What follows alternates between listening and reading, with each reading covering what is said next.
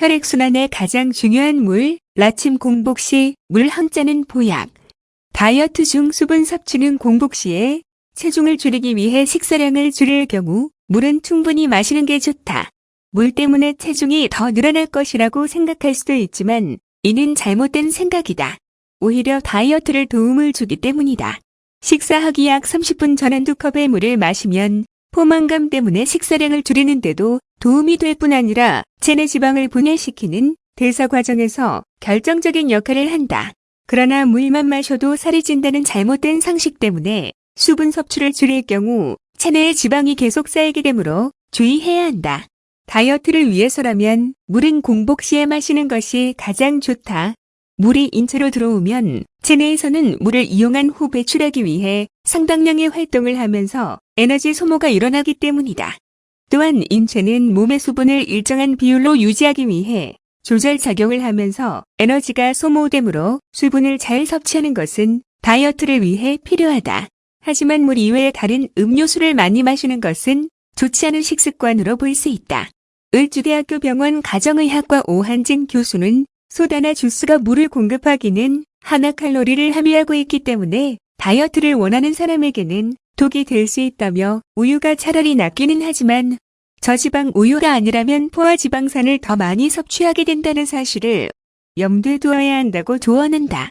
더불어 알코올이나 카페인은 이뇨작용을 일으키므로 술, 커피, 카페인이 함유된 차는 물은 무리로 돼 오히려 체내의 물을 몸 밖으로 배설시켜 탈수를 유발할 수 있다. 건조, 노화 방지 위한 필수 요소. 건강한 피부를 유지하는 데도 물은 필수적인 요소이다. 사실 깨끗한 물은 어떤 화장품보다 좋은 피부 보호작용이 있다고 할 수 있다. 사람이 나이가 들면 체내의 수분은 줄어든다. 특히 20대가 지나면서부터 피부의 습도를 자연적으로 유지해주는 땀샘과 기름샘의 기능이 저하되고 피부의 표층도 얇아져서 피부가 습기를 유지하는 기능이 약해진다.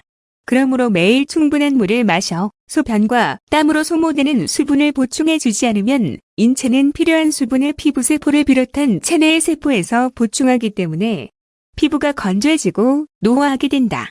이뿐만 아니라 물의 온도에 따라서 피부에 영향을 줄 수 있다. 온도가 낮은 물로 세안을 하면 피부를 수축시키고 통증을 완화시키거나 진정시키는 작용을 하고 온도가 높아질수록 혈액순환을 촉진시켜 얼굴색이 분홍색을 띠고 각질이 부풀어지는 효과가 있다. 하지만 너무 뜨거운 물은 피부를 거칠게 하고 메마르게 하기 쉬우므로 되도록 미지근한 물로 얼굴을 씻거나 목욕을 하는 것이 도움이 된다. 피로 회복이나 피부에 가장 좋은 온도는 38도C 정도로 이는 목욕이나 반신욕을 할 때에도 가장 적당한 온도로 알려져 있다. 체내에 물을 1에서 2%만 잃어도 심한 갈증과 괴로움을 느끼고 5% 정도 잃으면 반혼수 상태에 빠집니다.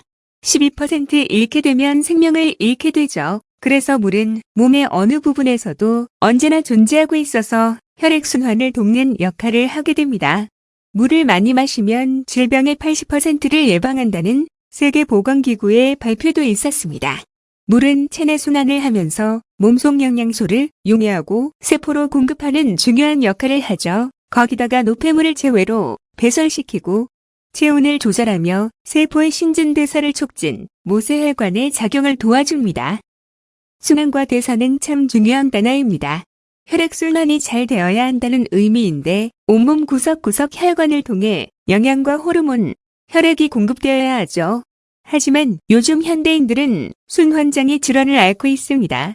전체 인구의 10%가 손발저림 증상이 있다고 하니까요. 우리 혈관은 지구 2바퀴 반의 길이로 생명을 유지해주고 있습니다. 어느 한 곳이 막혀 혈관에 피가 돌지 못한다고 생각하면 나중에 터지겠죠. 그럼 바로 질병으로 이어지는 겁니다. 그래서 난로 물의 중요성이 주목받는 이유입니다. 물은 하루에 7에서 8컵 이상 공복에 마시는 것이 좋습니다. 그렇다고 한꺼번에 너무 많이 마시면 혈액의 전체 부피가 증가하고 염분 대비 수분의 양이 늘어나서 쇼크 상태에 빠질 수 있기 때문에 천천히 음미하면서 마시는 것이 좋습니다. 면역 전문가들은 찬물보다는 미지근한 물을 마시는 것이 좋다고 합니다. 찬물은 체온을 떨어뜨려 면역력을 약화시킬 뿐 아니라 떨어진 체온을 끌어올리기 위해 에너지가 집중되다 보니 다른 곳에 쓰일 에너지가 그만큼 모자라게 되어 신진대사가 떨어집니다. 약수도 될 수 있으면 끓여 드시는 것이 좋습니다. 요즘 대부분 정수기 사용하시는데 몇 시간 동안 사용하지 않았다면 30초 이상 물을 따라낸 후에 마시는 것이 좋습니다.